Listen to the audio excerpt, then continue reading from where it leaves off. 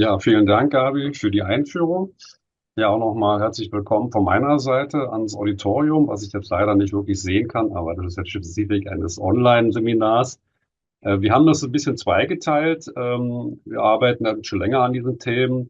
Neben den autonom fahrenden Busprojekten habe ich im Forschungsbereich eben noch eine Gruppe, die sich mit internationalen Projekten beschäftigt, mit nachhaltige Mobilität in Schwellenentwicklungsländern, zum Beispiel in der MENA-Region, da wo Hassan ja herkommt.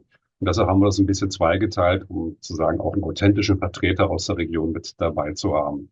Ja, meine Folien sind, wie gesagt, in Englisch. Wir arbeiten in der Gruppe auch nur in Englisch, weil dort viele Vertreter sind aus verschiedenen Ländern in der Gruppe und Englisch dann sozusagen die gemeinsame Sprache ist. Und die habe ich jetzt auch nicht mehr geschafft, alle zu übersetzen. Aber meinen Vortrag selber werde ich in Deutsch halten. Okay, und dann gehen wir gleich in Medias Res. Am Anfang, bevor ich dann zu den Schwellenentwicklungsländern komme oder zum globalen Süden, Global South, mal so ein bisschen auch eine Relativierung, weil wir werden natürlich jetzt einiges über Probleme sehen, aber nur einiges. In der kurzen Zeit kann man gar nicht über alle sprechen. Aber ich will das mal ein bisschen einordnen und auch mal ein bisschen zeigen halt, wo auch die großen Probleme in der Welt insgesamt liegen. Die liegen nicht durchaus auch im Norden, wenn man sich auf die Mobilität bezieht. Hier in diesem Bild, wahrscheinlich auch den einen oder anderen bekannt, sieht man die Erde oder die Landkarte der Erde, aber mit proportionalen Darstellungen der CO2-Emissionen. Da sieht man, dass doch da sehr viele im roten oder bräunlichen Bereichen, das sind nämlich die Industriestaaten. Und bei den Schwellenentwicklungsländern haben wir auch ein paar Schwergewichte wie Indien und China beispielsweise, aber viele andere sind doch vergleichsweise mit ihren Einwohnerzahlen beziehungsweise ihren Flächen doch unterproportional dargestellt, weil eben die meisten Emissionen, die Klimagasemissionen eben aus dem Norden kommen.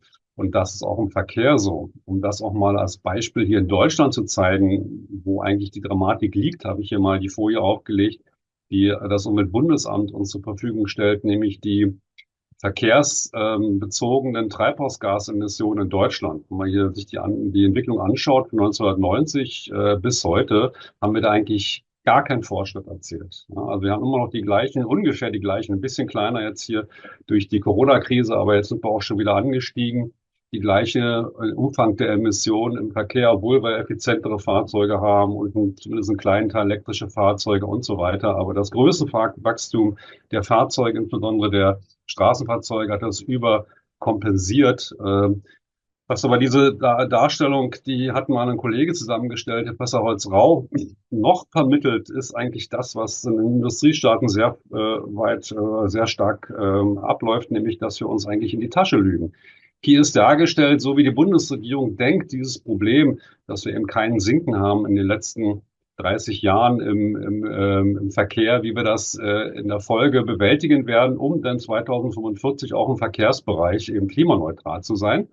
Die Idee der Bundesregierung ist, dass wir das sozusagen dann hier schneller absinken. Das Problem hier ist aber, Treibhausgas ist ein Gesamtbudget, was wir verfolgen müssen.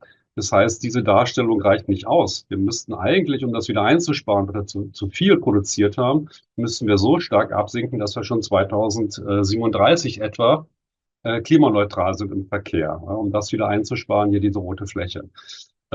Das ist eine typische Problematik, die wir in sehr vielen Industrieländern haben, dass der Verkehr viel zu gering betrachtet wird. Aber wie ich schon eingeleitet habe, das ist durchaus auch ein Problem der Schwellen- und Entwicklungsländer eben des globalen Südens. Dazu haben wir ein paar Fragen noch vorbereitet hier für das heutige Seminar. Die werden jetzt irgendwie freigeschaltet oder wie macht ihr das jetzt? Jawohl, die Frage wird jetzt gestartet. Es gibt Ja. verschiedene Antwortmöglichkeiten und mehrere Fragen hintereinander. Es geht jeweils darum, wie hoch die Pkw-Motorisierung in Deutschland und in anderen Ländern jeweils ist. Und dafür gibt es für Deutschland Antwortmöglichkeiten entweder 190 Pkw pro 1000 Einwohner, 300, 580 oder 860. Und die gleiche Frage in der Einschätzung wird auch nochmal gestellt für Berlin und dann auch nochmal für Teheran. Ja, und während die Fragen hier eine nach der anderen beantwortet werden, warten wir noch ein bisschen ab. Das ist ja auch diesmal eine sehr lange Frage mit vielen Antwortmöglichkeiten. Von daher dauert es ein bisschen. Wir haben das mal rausgesucht, so als Beispiele aus Mhm, unserer Umgebung sozusagen und aber auch ein Beispiel aus Schwellenentwicklungsländern. mhm. Ja, so langsam nähert sich das dem Ende. Jetzt sind schon fast 90%, die ihre Antwort abgesendet haben. Und es sieht jetzt so aus, als wenn sich das jetzt auch einpendelt. Damit beende ich jetzt mal die Abstimmung und gebe die Ergebnisse frei. Die müssten jetzt für alle sichtbar sein. Ich sehe irgendwie noch nicht hundertprozentig, dass sie sichtbar sind. Wulf, siehst du sie? Also für mich waren sie ja immer sichtbar, ne? Ah, okay, gut. Ah ja, weil du mit Co-Host bist, genau. Mhm.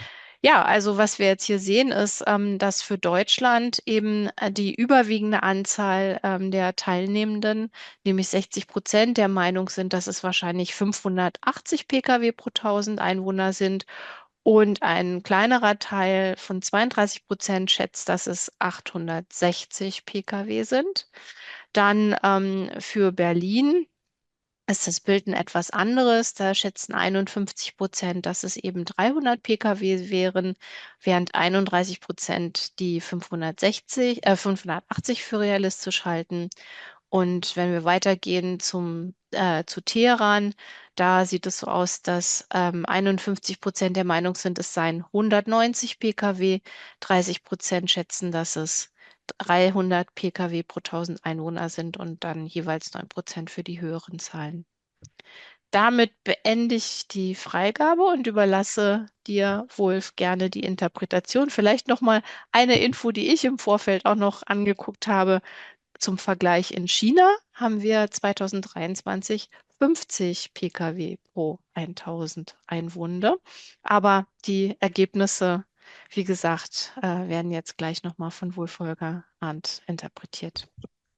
Ja, am Punkt China kann man sich ja auch noch streiten, ob das noch ein Entwicklungsland ist oder eigentlich schon ein entwickeltes Land ist oder ein Industriestaat ist. Kann man eigentlich mal schon so bezeichnen. Und das hat natürlich auch Folgen in der Motorisierung. Ähm, Die große Anzahl von 58 oder die Teilnehmer, die 58% gewählt haben bei Berlin, ist vielleicht nicht ganz falsch oder sie haben sich irritieren lassen. Das ist ein bisschen kleiner, aber ungefähr so in der Höhe ist es pro Haushalt. Ja, die Zahl schwirrt auch oft rum und ist auch eine wichtige Zahl, dass man die kennt in dem Planungsgebiet, in dem man arbeitet, weil natürlich innerhalb des Haushalts ein Pkw auch übergebbar ist an einen anderen Haushaltsmitglied, sodass eben mehr oder minder alle Haushaltsmitglieder, die eine Fahrerlaubnis haben und ausreichend alt sind, natürlich das Fahrzeug nutzen können. Insofern auch ein wichtiges Datum natürlich pro Haushalt, das zu wissen. Vielleicht noch eine Frage, die jetzt gerade spontan im Chat dazu entstanden ist, nämlich ob solche Fragen dieser Art auch für die Klausur relevant sein können, dass man diese Zahlen genau kennt. Ja, die wären auch äh, relevant für die Klausur. Und dann nochmal der Hinweis, dass jetzt nicht klar geworden ist, was die richtigen Antworten sind. Ach so, du hast sie ja eigentlich genannt halt, ne? Also für Deutschland ist es 58%, sind doch die meisten Antworten. Die Pkw-Motorisierungsrate oder 580 pro 1000 Einwohner. Für Berlin ist es 30, also deutlich geringer und damit auch das geringste oder die geringste Motorisierungsrate aller deutscher Städte. Das ist überall mehr, auch in Hamburg. Bremen ist, glaube ich, der nächste kleine Motorisierungsraten-Datum. Dann kommt noch München. Aber Berlin hat die geringsten. Wenn man innerhalb des S-Bahn-Rings ist es sogar noch ein bisschen geringer. Da geht es bis auf 20% runter. Kreuzberg beispielsweise, Neukölln. Und bei Teheran ist es tatsächlich 19%. Ist ein bisschen alt, die Ziffer schon. Das war die neueste, die wir finden konnten. Ja, von 2019 ist die. Vielleicht ist sie jetzt noch ein bisschen höher. Glaube ich aber gar nicht unbedingt. Es gab eine Stagnation in den letzten Jahren dort. Also auch noch wesentlich geringer als in Berlin. Ungefähr auf der Höhe vielleicht wie Kreuzberg und Neukölln, wie ich gesagt habe, Motorisierungsrate in Teheran. Ja, das ist aber auch ganz typisch für Schwellenentwicklungsländern. Da haben wir Länder, die haben noch viel geringere.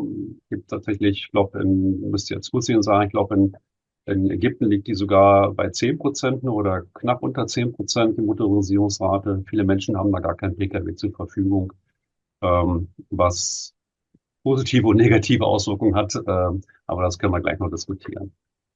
Ja, danke für die Interpretation. Gut, dann gehen wir weiter, denke ich, jetzt hier in der Präsentation. Ich komme zu einzelnen Beispielen. Für mehr Zeit haben wir leider nicht. Der Hussein wird dann Ägypten noch ein bisschen stärker vertiefen. Zu einzelnen Beispielen der Probleme in den Schwellenentwicklungsländern. Hier ist mal eine Folie für Ägypten. Da geht es um den Energieverbrauch und auch die Ölproduktion. Man muss sich vergegenwärtigen, dass trotzdem es mittlerweile schon ein bisschen die Subventionen gesenkt wurden, der Staat immer noch sehr viel ausgibt für die Energiesubventionen, um das einigermaßen stabil zu halten, weil eben die Fahrzeuge zum großen Teil noch Verbrennungsmotoren haben. Also auch im öffentlichen Verkehr, Busse eben beispielsweise, wird dort noch Benzin subventioniert, ist allerdings wesentlich geringer mittlerweile, weil sie das eben verringert haben. Wie gesagt, 2011 lagen die Subventionen noch bei 20% des gesamten Staatsbudgets, ja, oder 10% vom BIP. Jetzt geringer geworden, war aber lange Zeit so gewesen. Und wenn man sich anschaut, wie das angestiegen ist, der Öl- und Gasverbrauch hier in dieser Grafik, rot und blau dargestellt, ist es enorm angewachsen in den letzten 30 Jahren. Und ein anderer Punkt, der für die Ökonomie eines solchen Staates auch durchaus wichtig ist, mittlerweile ist Ägypten in beiden Energieträgern Nettoimporteur gewesen. Früher konnten sie mal exportieren, Öl halt, zumindestens hier in den 2000er Jahren und früher auch. Gas eine ganze Weile konnte noch exportiert werden und damit natürlich auch Einkommen generiert werden für die Volkswirtschaft. Das ist jetzt mittlerweile nicht mehr möglich, weil der Verbrauch selber so hoch ist oder höher ist als die Förderung und der Export damit. Ähnliche Situation haben wir im Iran. Hier sehen wir auch den Verbrauch von Öl. Und zwar hier für die einzelnen Sektoren. Und dieser orange Bereich ist der nämlich für den Verkehr. Der hat sehr stark zugenommen und ist der vor allen Dingen, der am meisten wächst. Die anderen gar nicht mal so stark, sondern vor allem der Verkehr. Und das ist ein ganz typisches Bild übrigens für viele Schwellenländer, aber auch Industrieländer. Bei den Industrieländern hatte ich ja vorhin schon gesagt, halt wird das überkompensiert, die Effizienzzuwächse bei der Technik durch stärker motorisierte Autos und auch durch Verkehrslängenwachstum, weil die Distanzen steigen. Das passiert aber leider auch bei den Schwellenentwicklungsländern. Im Iran hat der Anteil des Verkehrs immerhin ein Viertel, was ein bisschen höher ist als weltweit im Durchschnitt. Und auf der anderen Seite hier haben wir nochmal die Zahlen, die wir eben schon abgefragt haben. Die Motorisierungsrate im Iran selber liegt bei 9% und in Teheran eben bei 19%, in den Städten oft ein bisschen höher. Bei Schwellenländern ganz typisch, in Industriestaaten nicht unbedingt. Auf der anderen Seite hat Iran aber auch eine hohe Kapazität, beispielsweise für Windenergie. Ich habe die Karte mal rausgesucht hier und hier sieht man eine ganze Menge an Bereichen halt, wo sehr viel Windenergie produziert werden könnte, es aber nicht wird, weil immer noch sehr viel Öl und Gas vor allen Dingen auch im Iran vorhanden ist und man eben diese konventionellen Energieträger nutzt, um damit eben auch den Verkehr oder die Flotten, die Fahrzeuge im Verkehr zu betreiben. Ein anderes Beispiel, ein ganz anderes Beispiel ist Kuba. Eigentlich ja eine Volkswirtschaft, die von ihrem System her eigentlich auch nachhaltig ausgerichtet ist, auch durch die ganzen Umfeldbedingungen, politischen Bedingungen auch sehr versucht, sehr sparsam mit Ressourcen umzugehen. Aber im Verkehr gelingt das nicht so stark wie in anderen Bereichen. Auch wieder ganz typisch, weil eben Verkehr sehr auch konventionell betrieben wird. Ja, wir haben zwar einen hohen Anteil an Fahrradverkehr und öffentlicher Verkehr, was natürlich sehr gut ist, weil es volkswirtschaftlich halt die effizientesten und auch die nachhaltigsten Verkehre sind. Am nachhaltigsten ist natürlich zu Fuß gehen. Das ist nicht immer möglich aufgrund der Entfernung. Aber auch darüber kann man reden, wie man das ändert. Aber trotzdem gibt es immerhin 12% Pkw-Nutzung in Kuba, in Havanna allein, also auch eine relativ hohe Zahl. In ganz Kuba sind es nur 5%. Und dann muss man wiederum sagen, diese Fahrzeuge sehen zwar ganz toll aus. Hier sieht man mal ein Bild halt, ne? Ein großer Teil sind eben ältere Fahrzeuge, nicht immer. Hier sieht man auch neuere. Ältere Fahrzeuge aus den 50er Jahren, die aufgemöbelt sind und tolle Oldtimer sind, aber von der Effizienz her, was eben die fossilen Motoren betrifft, halt doch sehr ineffizient. Also 95% dieser Fahrzeugflotte ist halt eben fossil betrieben, meistens eben Verbrennungsmotoren.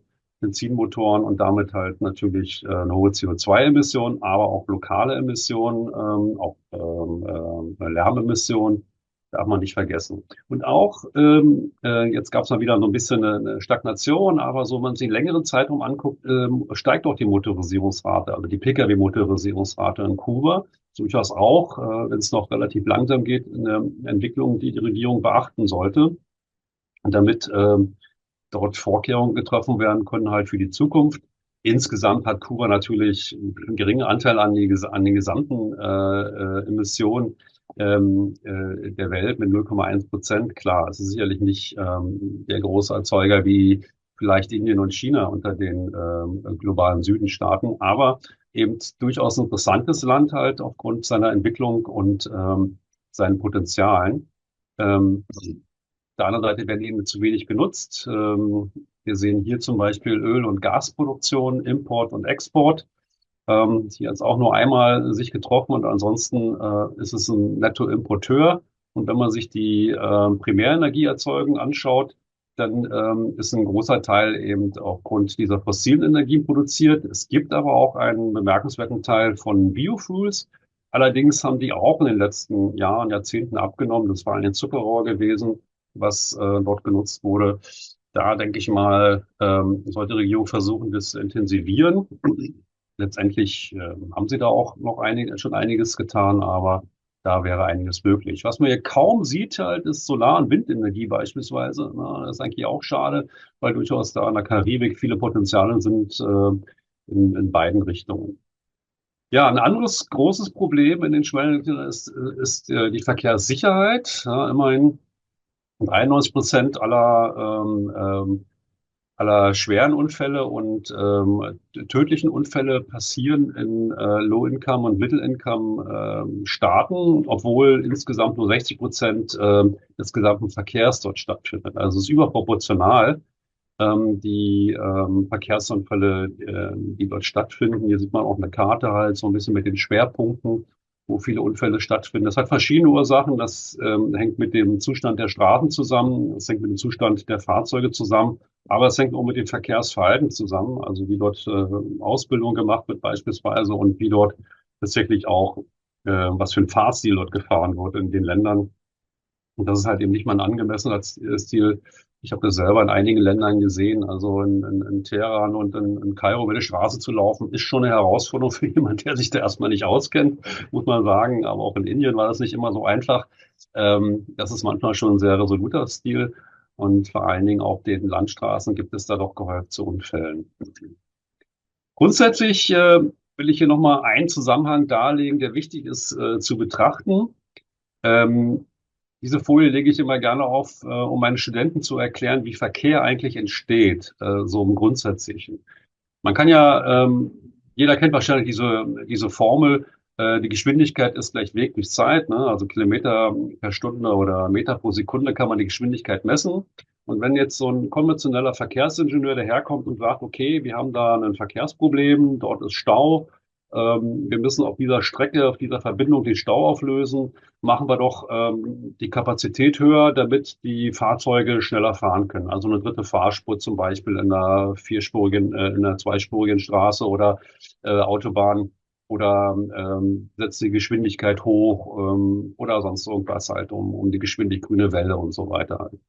Das Problem ist, dass die Entfernung, die ja dann konstant sein müsste, ja, wenn ich die Geschwindigkeit erhöhe, und damit dann eben Zeit sparen möchte, weil eben kein Stau ist, weil der Stau aufgelöst ist, dass es nicht stimmt in der Formel. Jedenfalls nicht, wenn wir Verkehr betrachten in der längeren Folge. Wir haben nämlich ein sogenanntes relativ konstantes Reisezeitbudget, was in Deutschland ungefähr bei 80 Minuten pro Tag für alle Personen liegt. Das kann jeder mal gucken und selber mal messen, wie viel er ungefähr ausgibt. Man muss aber alles berücksichtigen, auch die Wege von und zur Haltestelle und so weiter. Und man muss es im langen Durchschnitt machen, also nicht nur an einem Tag, der willkürlich ausgewählt ist, sondern im langen Durchschnitt geben wir ungefähr so viel aus. Es ist auch noch ein bisschen unterschiedlich von Region zu Region, von Land zu Land, aber wie die Folie zeigt halt hier, die blauen, die orangen, die roten, die schwarzen, die weißen, ungefähr relativ konstant, wie gesagt, ist unser Reisezeitbudget. Wir geben tatsächlich eben einen konstanten Betrag bekannten Zeitbetrag aus über einen längeren Zeitraum. So, wenn das der Fall ist in dieser Form und wir erhöhen die Geschwindigkeit, was passiert? Ja, wir verändern die Entfernung. Wie kann das passieren? Ein Haus ist ja erstmal fest, ja, es ist eine Immobilie und nicht mobil. Das geht über einen langen Zeitraum, natürlich nicht über einen kurzen Zeitraum. Wenn ich einmal irgendwie eine Abkürzung baue, dann kann natürlich der Verkehrsteilnehmer schneller zu seinem Ziel kommen. Aber er wird, wie gesagt, bei dem relativen Zeitbudget überlegen, ob er nicht dann auch weiterfährt, ob er dann vielleicht anstatt halt die Tante Emma Laden um die Ecke zu nutzen, vielleicht auch ins Einkaufszentrum auf die grüne Wiese fährt und dort einkauft, weil es billiger ist und so weiter. Und die Einkaufszentren entstehen dann erst, wenn die Leute da hinkommen können in derselben Zeit, weil das Verkehrssystem jetzt so eine hohe Geschwindigkeit zulässt.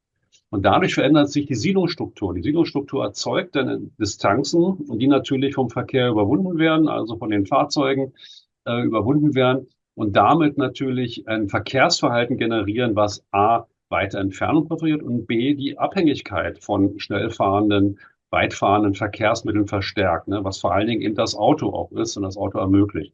Und so ist überhaupt ermöglicht worden, dass wir suburbane Gebiete haben, dass Leute eben außerhalb der Kernstädte wohnen, aber in der Innenstadt arbeiten. Und dieser Pendelverkehr ist dadurch überhaupt entstanden. Und vor 150 Jahren oder man muss gar nicht so weit gehen, vor 100 Jahren hatten wir gar nicht so einen großen Pendelverkehr. Da hatten wir viel ÖPNV innerhalb der Stadt, aber wir hatten keine Satellitenstädte außerhalb der Kernstädte. Das ist erst ermöglicht worden durch die Massenmotorisierung. Und das ist halt auch eine Fragestellung, mit denen Schwer- und Entwicklungsländer sich beschäftigen müssen. Ja, wir sehen hier eine ganze Reihe von Beispielen von Städten und von Ländern, die eben auch dieses relativ konstante Reisezeitbudget hier zwischen knapp unter einer Stunde und etwas über 1,5 Stunden. Ich sagte ja, da gibt's regionale Unterschiede, aber sie sind eben konstant, wie in dem anderen Bild schon dargestellt. Ja, sie bleiben im Konstant. Sehr viele Schwellenlegungsländer eher in diesem Bereich. Das sind eher Städte, die den fußgängerorientiert sind, ja, unter 5.000 hier US-Dollar je capita, also pro Person BIP und die reicheren Städten eher da. Aber wie gesagt, sie sind im gleichen Bereich des Reisezeitbudgets. So Vielleicht ganz darum, kurze Anmerkung zum Thema Reisezeitbudget. Das geht da nicht um Verreisen, sondern wirklich das Überwinden täglicher Distanzen. genau, nicht um Fernreisen. Es geht um die Genau, täglichen genau. Fahrten, halt die täglichen Wege, die wir zurücklegen zur Arbeit, zur Ausbildung, zum Einkaufen, zur Naherholung und solche Verkehrszwecke sind das halt, ne? Die gehen da ein. Ja, die Lösung für dieses Problem ist nicht das. Ja, das ist ein Bild, das habe ich vor kurzem aufgenommen, als ich in Dubai war. Durch die Stadt durch geht eine sechsspurige, also auf beiden Seiten sechsspurige Autobahn, die man sieht halt. Das erzeugt natürlich wieder Distanzen. Übrigens als kleiner Gag am Rande, hier parallel zur Autobahn fährt die U-Bahn und diese U-Bahn, die wir dort sehen, hat die gleiche stündliche Kapazität wie die vielen Spuren, die wir rechts sehen auf der Autobahn. Ne? Also man kann sehr ressourcensparsam bauen. Das wäre sozusagen das Modell Singapur. Und das hier mit den Autobahnen ist eben das Modell für ölfördernde Staaten, die den Autoverkehr halt auch sehr stark präferieren. Das muss aber nicht sein, so eine Struktur. China geht zum Beispiel, als ein Beispiel von vielen Schwellenländern, ist nicht der einzige, geht den Weg, die Siedlungsstruktur so aufzubauen beziehungsweise zu verbessern oder auch wieder umzubauen, dass wir sogenannte 15-Minuten-Städte haben. Ja, also hier so ein Beispiel aus Guangzhou. Ja, die differenzieren das sogar noch in einen 5-Minuten-Kreis, wo man die allerwichtigsten Einrichtungen hat, die man erlaufen muss, jeden Tag halt, wie zum Beispiel eben Einkauf beispielsweise oder hier so ein Spielplatz oder ein Park, Kindergarten. In 10 Minuten Radius haben wir die etwas weniger wichtigen Sachen, aber eben auch wichtige für jeden Tag, wie eben zum Beispiel die Grundschule oder kulturelle Einrichtungen, Sportplatz. Und dann in 15 Minuten sollte man eigentlich alles erreichen, was man für tägliche Leben braucht. Also die weiterführende Schule beispielsweise, Supermarkt oder auch Gesundheitseinrichtungen. Das sollte alles in dem 15-Minuten-Radius sein. der eben erlaubbar ist, für jeden erlaubbar ist, mit einem gut ausgebauten Wegenetz, sicher und komfortabel, aber auch fürs Fahrrad sicher nutzbaren Kreis um der Wohnung herum, halt in den Gebieten, also eine Dichte mit Versorgungseinrichtungen und eine gute Erreichbarkeit in der täglichen Einrichtung. Das ist die Notwendigkeit, die wir auch in Industriestaaten übrigens brauchen, aber die in den Schwellenentwicklungsländern halt auch ganz wichtig ist, um Verkehr, insbesondere aus volkswirtschaftlichen Gründen, den Pkw-Verkehr zu verringern. Wir haben eigentlich solche Strukturen auch in vielen Ländern. Das ist in China zum Beispiel historisch gesehen die Hutongs. In Berlin könnte man die Kieze nennen. In anderen Städten sind es die Quadros, wie zum Beispiel in Buenos Aires oder ähnliche. Also es gibt diese Nachbarschaftsstrukturen, die sich aber teilweise jetzt auflösen durch die Massenmotorisierung, durch die starke Verfügbarkeit durch Autos und durch eine falsche Stadtplanung. Ja.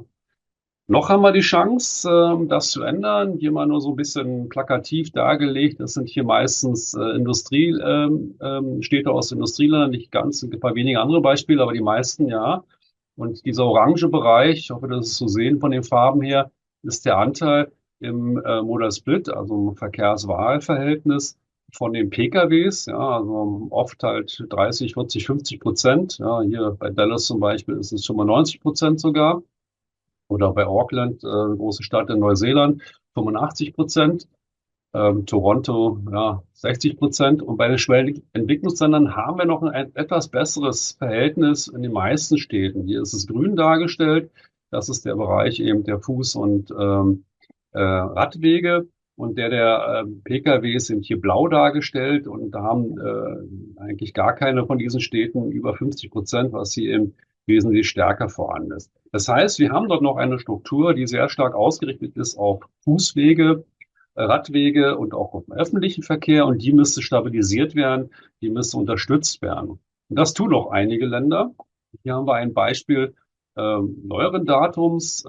Das ist nämlich Pune, eine Stadt in Indien, die da eine ganz hervorragende Politik macht. Die befördert nämlich oder die fördert zu Fußgängen und Fahrradfahren seit 2008 in einem sehr stringenten Plan bis zum Jahre 2035. Bis dahin, Entschuldigung, 2031, bis dahin wollen sie, dass 90% der Wege nicht motorisiert oder mit dem öffentlichen Verkehr erfolgen. Ja, momentan sind sie da bei 50%. Hier sieht man das in der Grafik halt in den letzten Jahren wirklich eine kolossale Änderung schon und sie wollen noch mehr. Ja, sie wollen bis zu 90%. Das ist natürlich auch für deutsche Städte, das ist das traumhaft. Was sie machen, die bauen eben beispielsweise die Straßen um. 100 Kilometer soll umgebaut werden in der Zeit. Sind schon viele umgebaut worden. Hier sieht man rechts mal ein Beispiel. So sah es früher aus. Ja, und ziemlich unschön eigentlich und sehr stark dominiert vom Autoverkehr. Hier anders, mehr Grün, Übergangsbereiche, auch Fahrradspuren beispielsweise. Und ja, außerdem sollen 400 Kilometer Fahrradwege gebaut werden, beziehungsweise fahrradfreundliche Straßen. Es gibt außerdem auch hier dann noch eine Parkraummanagement und eine Förderung des öffentlichen Verkehrs. BRT-Busse beispielsweise sind eingeführt worden. Hier meine letzte Folie. Äthiopien ist ein anderes Beispiel. Die haben seit dem 1.1. den Import von PKWs, von Verbrennungsautos gestoppt. Die dürfen halt nicht mehr importiert werden. Sehr stark die Elektrofahrzeuge ausgebaut, auch die Infrastruktur. Durchaus ein Beispiel auch für uns, sowas zu machen. Die haben das auch auf der anderen Seite so durchgeführt, dass der Benzinpreis gestiegen ist, um 8% 2024. Eine gewisse Herausforderung ist die Stabilität des elektrischen Netzes. Es wird sich wahrscheinlich verbessern mit der Öffnung des Staudamms dort halt. Bolivien ist ein anderes Beispiel, aber auch Venezuela und Kolumbien. In Südamerika ganz populär mittlerweile Seilbahnen. Seilbahnen klingen erstmal so ein bisschen wie Freizeit, ne? Wir kennen die vielleicht aus Skigebieten oder ähnliches, haben dort eine ganz andere Bedeutung. Die können nämlich in topografisch anspruchsvollen Gegenden auch Gebiete erschließen und zum Stadtzentrum vor allen Dingen erschließen, die ein bisschen abseits gelegen sind. Meistens sind das eher so Gebiete für Leute mit geringem Einkommen bis hin zu Slums beispielsweise. Und durch diese direkte Anbindung an Märkte in der Kernstadt haben diese Gebiete einen großen Vorteil, ökonomischen und sozialen Vorteil. Also ein ganz wichtiges Verkehrsmodell, auch Inklusion, auch soziale Gleichheit zu gewährleisten. Da sieht man mal, welche Bedeutung eben Verkehr und Mobilität an sich hat, nämlich ein wichtiger Faktor für die soziale Beteiligung von Menschen. Und hier wird es auf eine sehr ressourcensparende und intelligente Art und Weise gelöst durch diese Cable Trains. Gibt noch andere Beispiele, wo man ein bisschen komplexer mit dem Verkehr umgehen kann, nämlich Maß, Mobilität as a Service. Und das wird jetzt vor allen Dingen auch ein Teil sein des Vortrages von Hassan Hussin. Soweit von meiner Seite. Vielen Dank. Ja, vielen Dank auch von mir an dich schon mal. Und wir machen jetzt den Switch der Präsentation. Und damit gibt es jetzt gleich die Freigabe des Präsentationsteils von Hassan.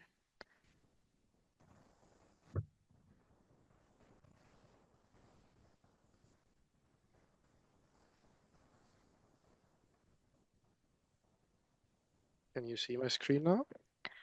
Yes, we see your screen and the presentation mode is still needed. Yep. Now?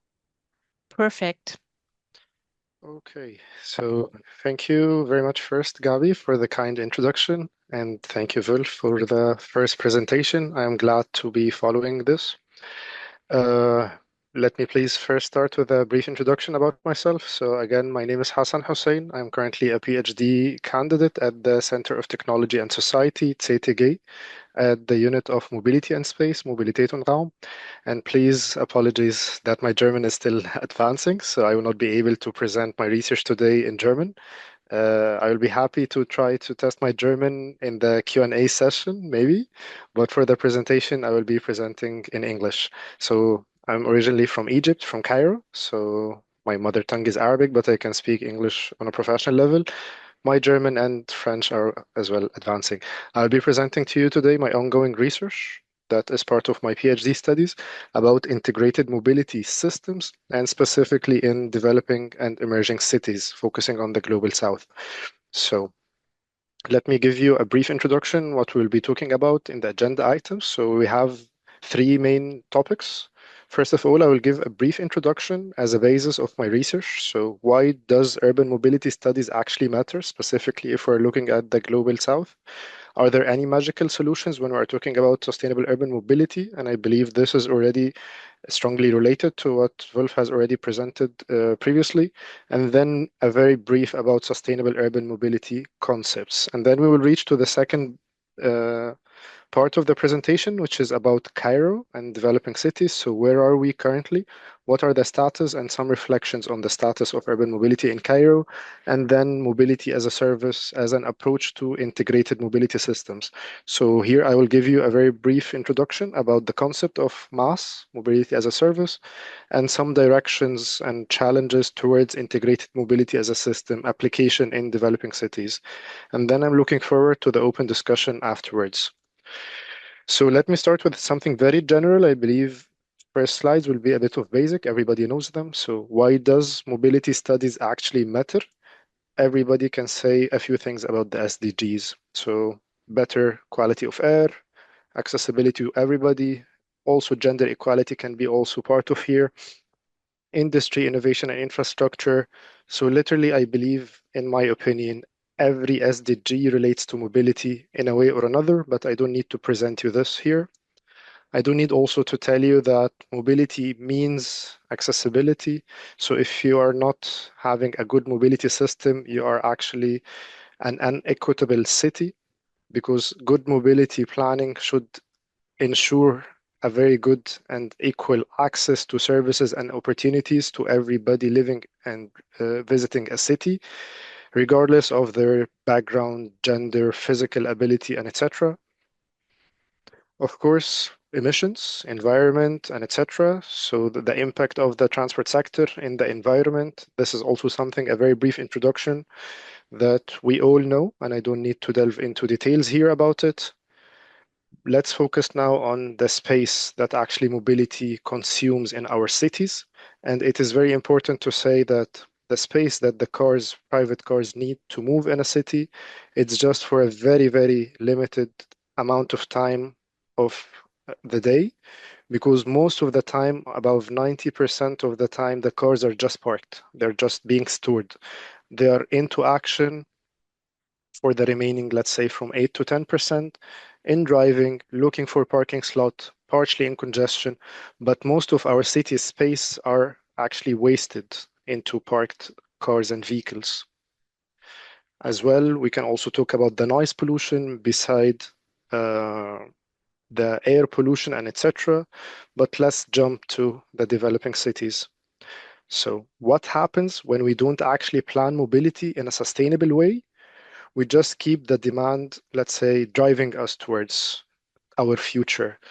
So in developing cities, and I believe it's also the case in the global north, but let's say 20, 30, even 50 years ago, there is congestion. What might be a solution? So let's build wider roads. So one more lane will fix it, one more lane might fix it.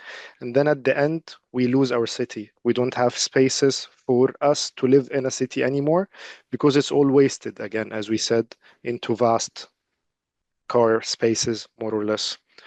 If we look at Cairo as an introduction point here, we have been struggling with this challenge, especially in the previous years.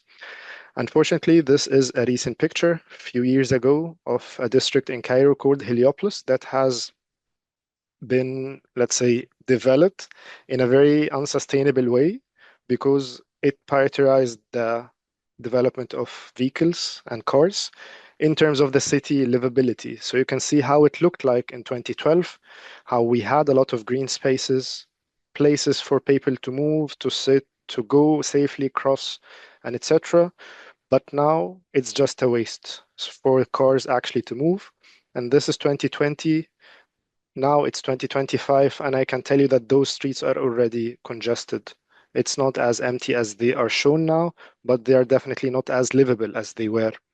And this not something in a special district, it's all over the city. When we are talking about mobility development or infrastructure development, regardless of sustainable urban mobility planning, there is a huge challenge to do this. So this is our beloved Nile River. And as you can see, this is a very special place with the island of Zamalek in the background. And this is downtown Cairo. This is the old Egyptian museum. But you can see how much space we have wasted just to have infrastructure for cars to move, and how, let's say, many opportunities we have lost to make use of this beautiful view and this beautiful area. Even if we look into historical perspective, this is an overview or a skyline for Islamic Cairo. 500, 600 years ago, this area was, let's say, the city center. Now we need to do new roads, new infrastructure. So we really cut through the city layers in order to make highways. So you can see actually the challenge, how it is going if we are not really considering the sustainable mobility practices when we are developing the city, because all of those, let's say, activities, they took place as a development that we can say towards a better future, they said. This is also something beyond Cairo. So this is the beautiful city of Alexandria up north on the Mediterranean. You can see our beachfront, the Mediterranean, a very beautiful space that we can actually make use of. But then we have widened the, let's say, the roads of the vehicle on the shore. So it's really cutting through the city. So you can see that how can we use here the beach? How can we cross here? The people, in order to go to the other side, they have to suffer either to wait for 5 minutes for a traffic light to cross, or they look for a tunnel and they have to walk a lot because the city here have decided to just cut before the shoreline. As you can see here, sometimes they even dedicate beautiful places on the beach for cars to park. As you can see here, it might seem funny if we are now just criticizing, but it's a very sad reality when you see the opportunities that we can actually make use of such beautiful places, but they're now just lost for cars to park. So we have talked about some negative aspects. So let's briefly talk, are there any magical solutions? What is sustainable urban mobility planning? What can we do? As a very basic thing that I want to introduce today, you just need to understand if we want to let people move from one place to another, how many space that we need in a city if they want to move by car or by bus or by railway or metro.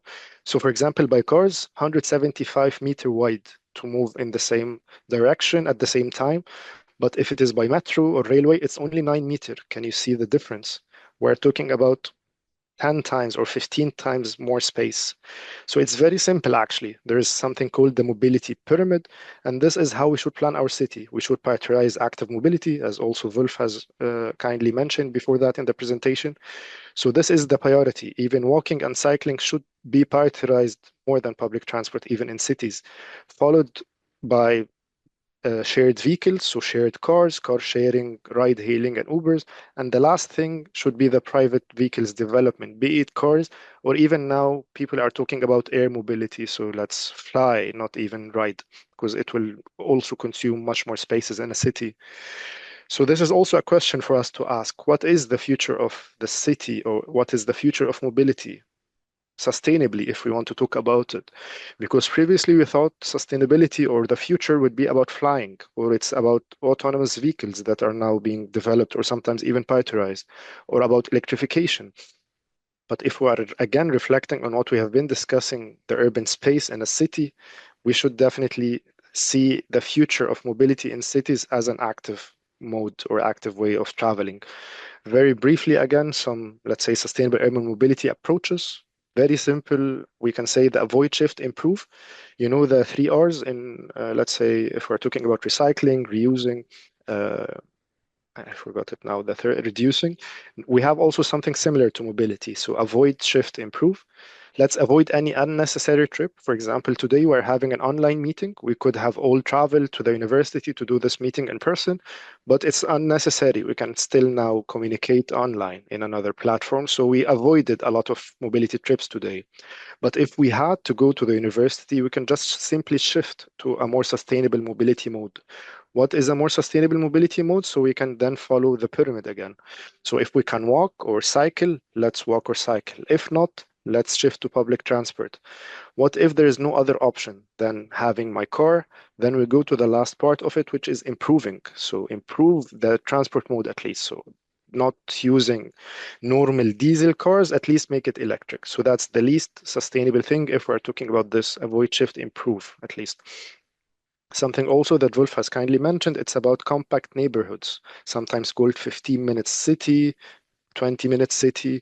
That is something that we can see now. It is a new concept or a modern approach of cities, which is definitely not actually. Our cities previously were built on this basis. If we're looking onto, let's say, our older developments, they were all compact. So you actually had everything around you. So leisure, commerce, whatever medical, let's say, facilities, it was all within walking distance, or maybe at least using an animal or so, but nobody traveled, let's say, 100 kilometers or 50 kilometers just to go to do groceries or to do his daily business or etc. So compact neighborhoods is something also that can be considered sustainable. And then if we're working towards planning, then there's something called sustainable urban mobility planning, the SUMP cycle that you all should be familiar with. It's a framework of actually 12 steps, 4 phases that we as mobility planners or sustainable planners in general, urbanism terms, we should use in order to make our cities better and in order to have tailored, let's say, strategies and plans for our cities. So I just want to introduce the concept today, but I will not delve into deeper details of the phases. But you just need to know if you want to do a sustainable plan, you should, for example, first start with analyzing the current situation. So the first phase is preparation and analysis. 3 proposed steps. What are the existing structures, for example? What are the existing resources? What are the opportunities and main problems that we should face and tackle, and etc. Second phase is about the what are the options that we're having? So which scenario would we like to follow to our future? Would we like to have a city based on public transport, active mobility, electric cars? What should be the main vision of the city? This is mainly the second phase. Third phase, very briefly about measure planning. So what concretely will we do? Last phase is about, okay, monitoring and evaluation. So what we have learned, how we can do this better the next time, and etc. This is something that is developed for mobility purposes, but it is just a framework that you can definitely use whenever you have a project in a city, or even if it is not, because it's a very logical process to use. And it's a cycle. So whenever you reach step 12, you start again step 1 if you want to do a new project or etc.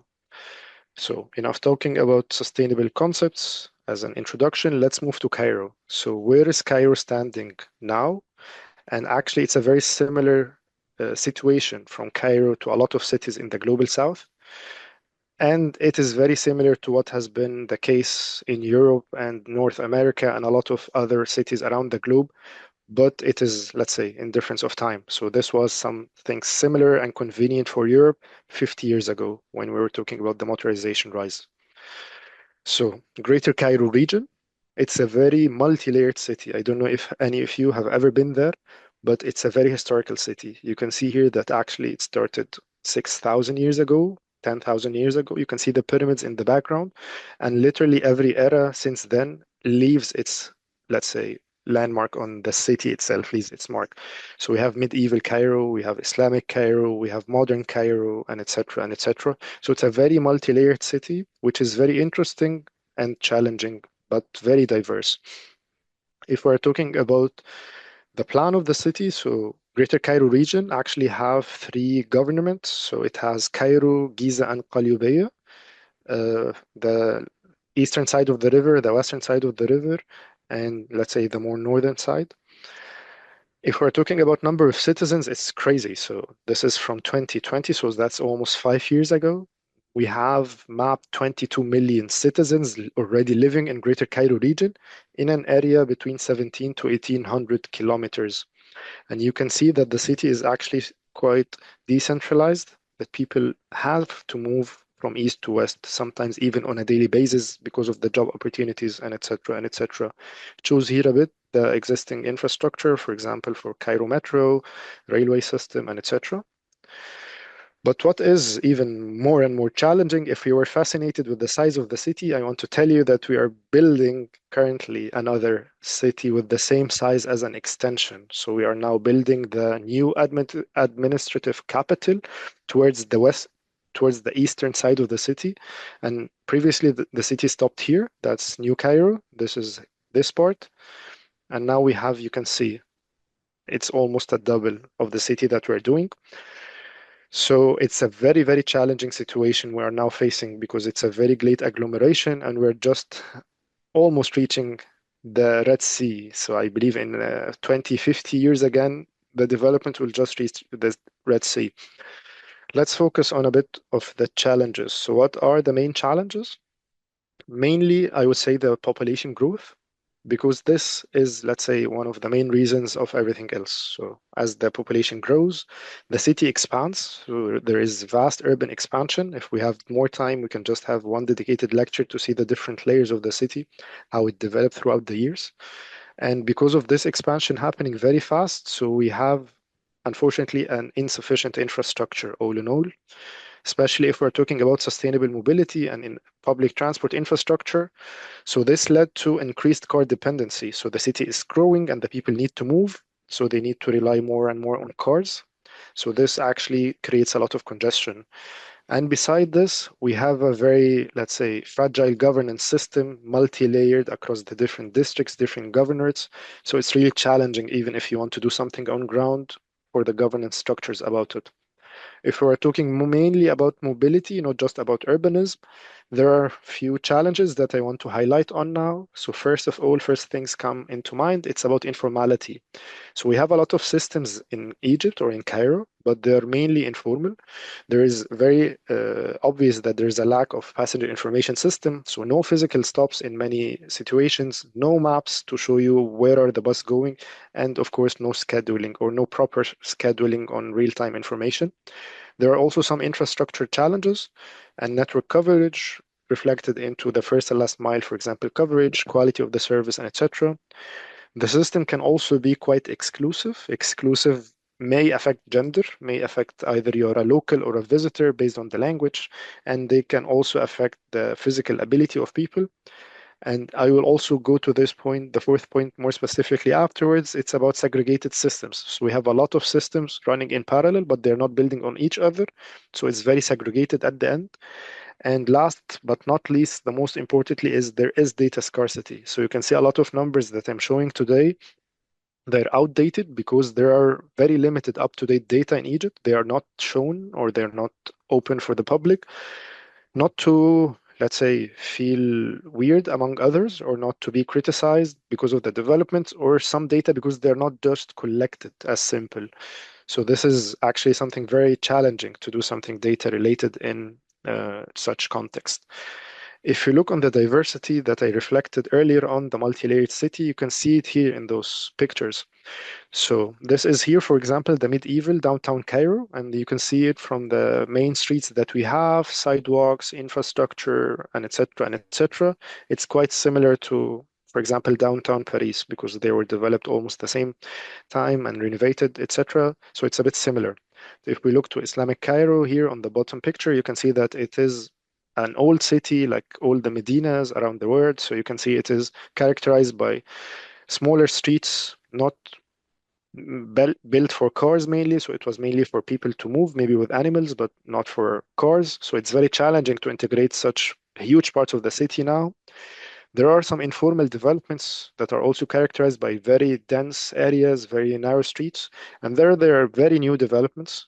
Let's say they're inspired by the American dream or the American suburb mainly. So very huge highways, very gated communities, and etc. And there are also some parts in between. So you can see that there are some parts very green and etc. They have some sidewalks, but also some spaces for cars. So it's a very diverse city, and it is very challenging to integrate those cities into those districts into a mobility system. And this can be reflected when we are talking about the diversity of mobility modes here.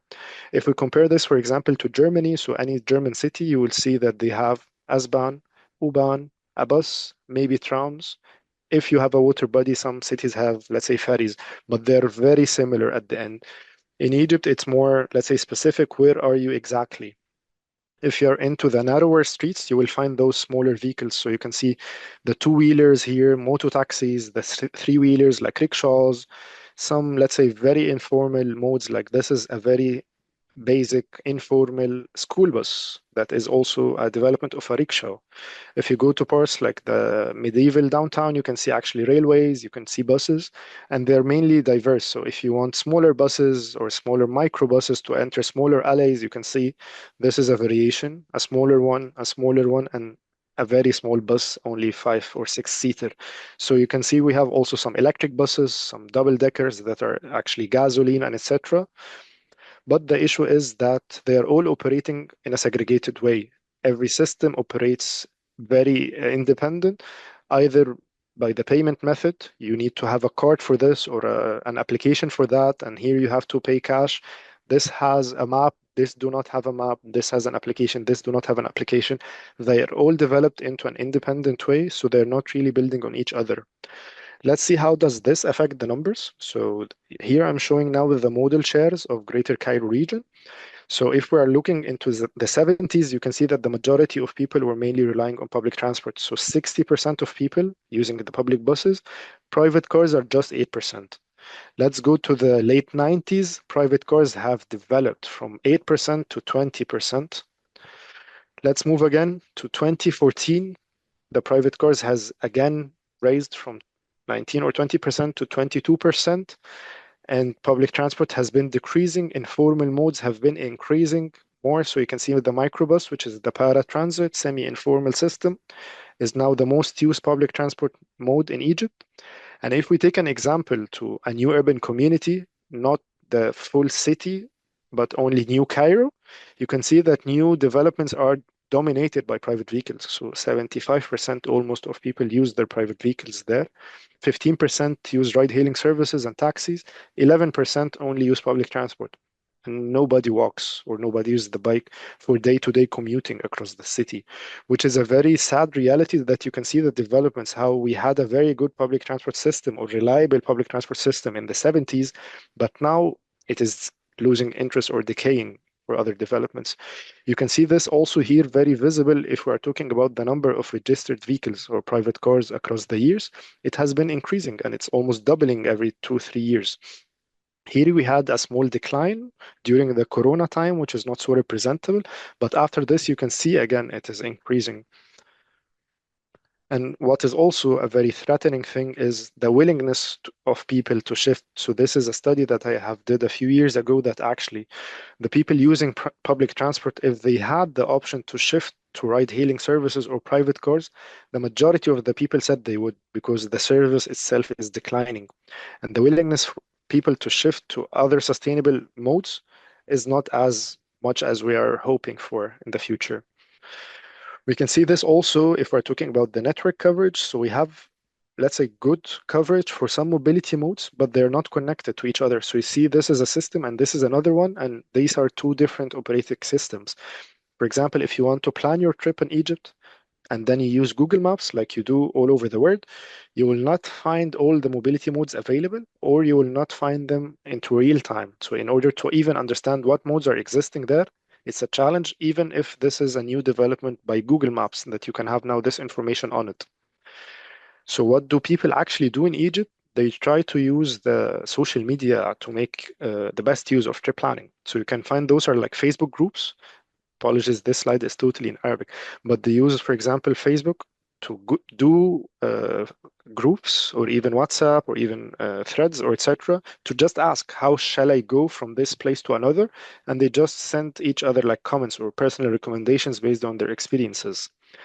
We have been trying to do an integrated ticket since years now, but it has been a challenge to include the public operated modes like the railways and the buses into a singular ticket, or not ticket, even a payment method, a card, and then you can pay with it.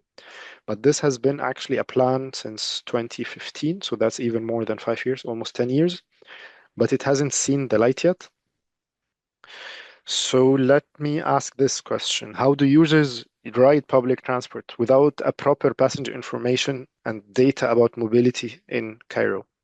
So we have some systems, as I told you, that have some aspects. So either the metro or the railway system has a clear, let's say, maps, physical offline maps. Some applications as well, like private buses, they have also their own maps. Some digital apps, on-demand transport, they have a mobile application.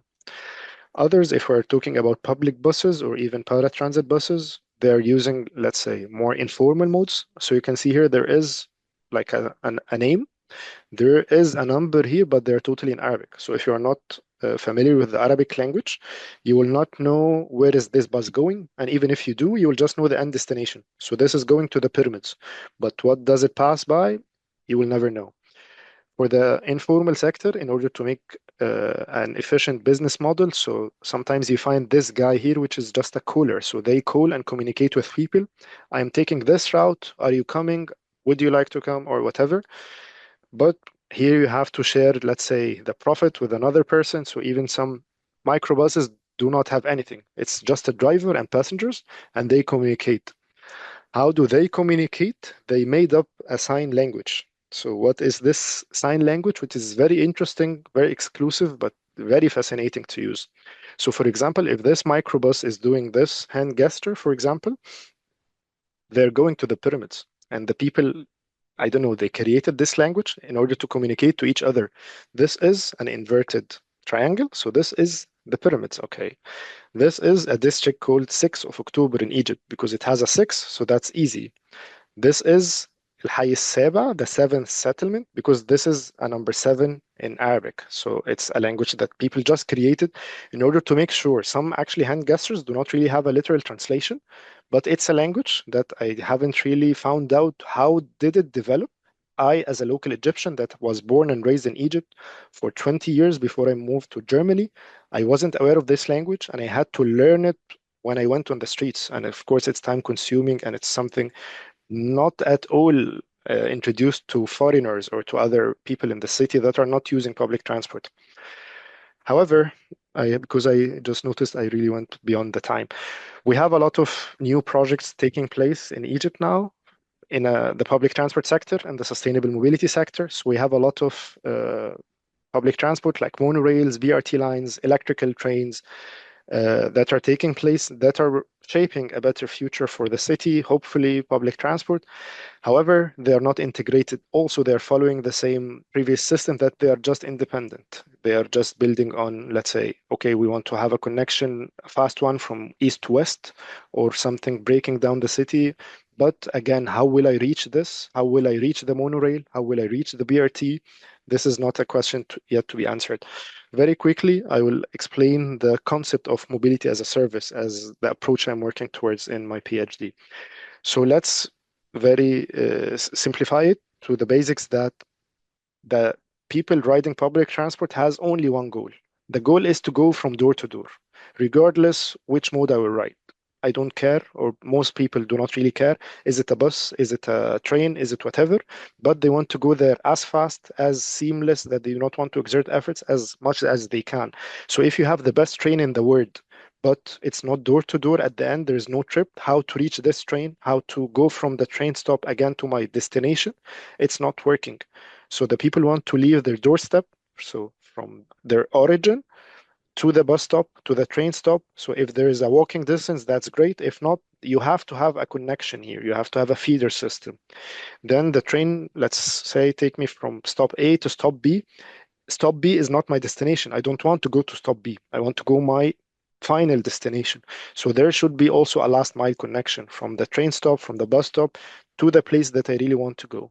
So the system of public transport or for active sustainable mobility, it should be really door to door. It should be a closed loop. And this is the main advantage of private vehicles. It takes you from the origin to the destination. Maybe there are some challenges with parking and etc., but you know that you can rely on it from here. Public transport are sometimes they're just bits and pieces of the puzzle itself. And this exerts a lot of effort from the users that I don't want to go into details here about. So what is mobility as a service? So actually it is a platform that combines all the existing mobility modes of a city into one platform so that the users do not really have to deal with a single operational system, but it only deals with an application. And this application integrates all the information about the existing systems of the city itself. So what are the main systems? So I want to plan my trips. What are the available routes, for example?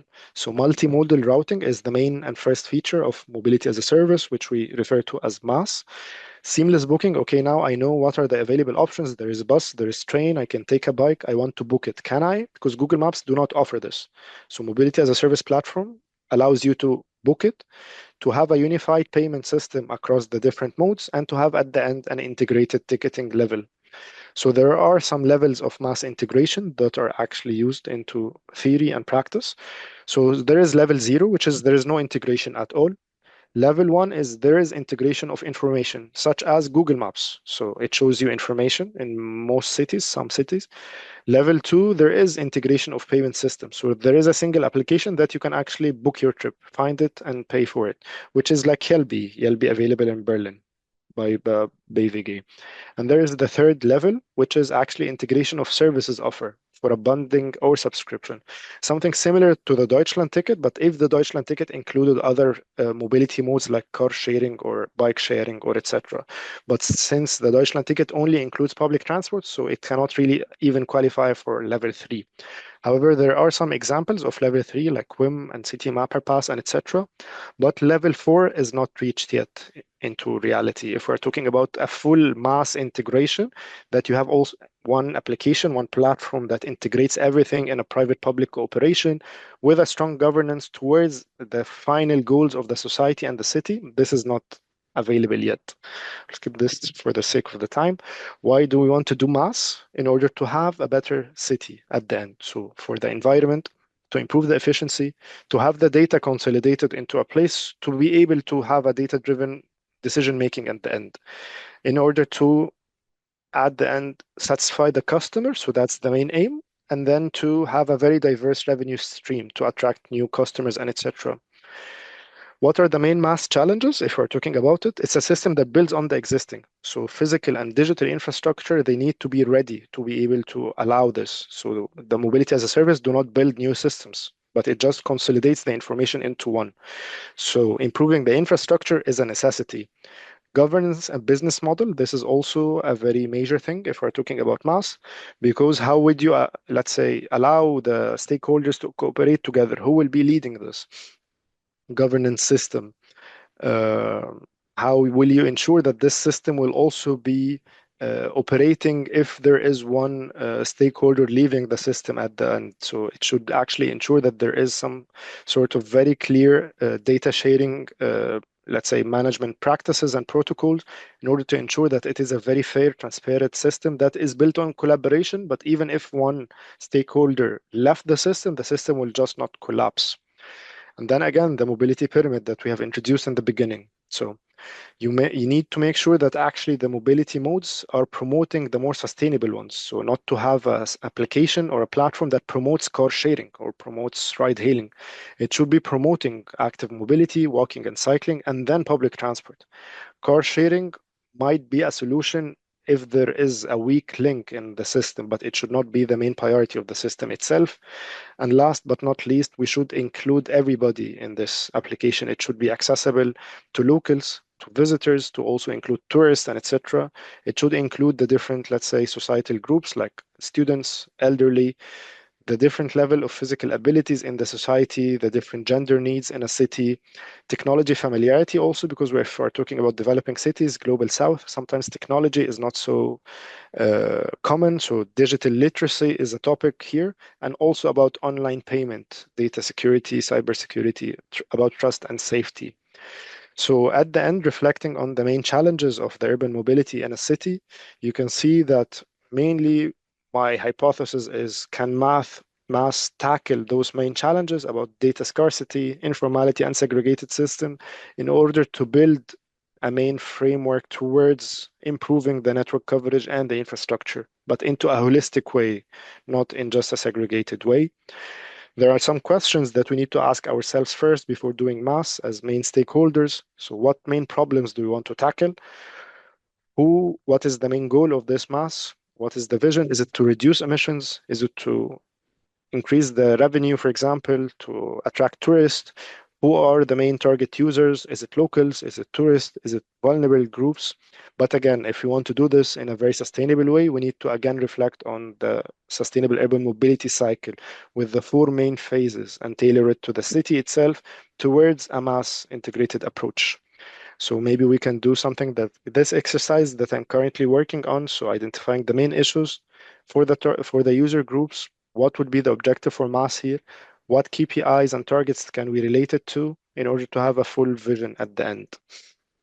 Very important to conclude that mass is not a magical solution for the mobility challenges, but it is a powerful tool or approach in order to foster sustainable and seamless mobility system in the city in order to achieve this door-to-door mobility.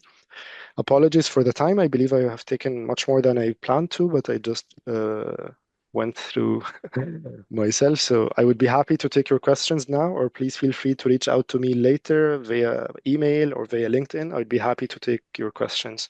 And apologies again, Wulf and Gabi, for taking longer than planned.